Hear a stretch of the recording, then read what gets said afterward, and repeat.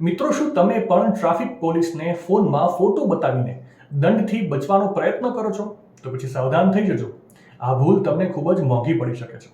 ભારત સરકારના નિયમ મુજબ ડિજી લોકર અને એમ પરિવહન એપમાં રહેલા ડ્રાઇવિંગ લાયસન્સ અને આરસી સંપૂર્ણપણે કાયદેસર અને માન્ય છે. ટ્રાફિક પોલીસ તેને સ્વીકારવા માટે બંધાયેલા છે. પરંતુ યાદ રાખો, જો તમે ડિજી લોકર અને એમ પરિવહન એપમાં રહેલા ડ્રાઇવિંગ લાયસન્સ અને આરસીના સ્ક્રીનશોટ કે પછી ગેલેરીમાં સેવ કરેલા ફોટા રાખ્યા હશે તો એ ટ્રાફિક પોલીસ નહીં ચલાવે.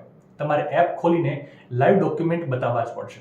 રસ્તા પર નીકળતા પહેલા ચેક કરી લો કે તમારા લાયસન્સની વેલિડિટી પૂરી ન થઈ હોય અને સાથે સાથે ફોન ચાર્જ પણ હોય, કારણ કે ઓફલાઈન કે એક્સપાયર્ડ ડોક્યુમેન્ટ માન્ય નથી. માહિતી સારી લાગી હોય તો રીલને વધારે શેર કરજો અને આવી જ અવનવી માહિતી માટે સંદેશ ડિજિટલ સાથે જોડાયેલા રહેજો.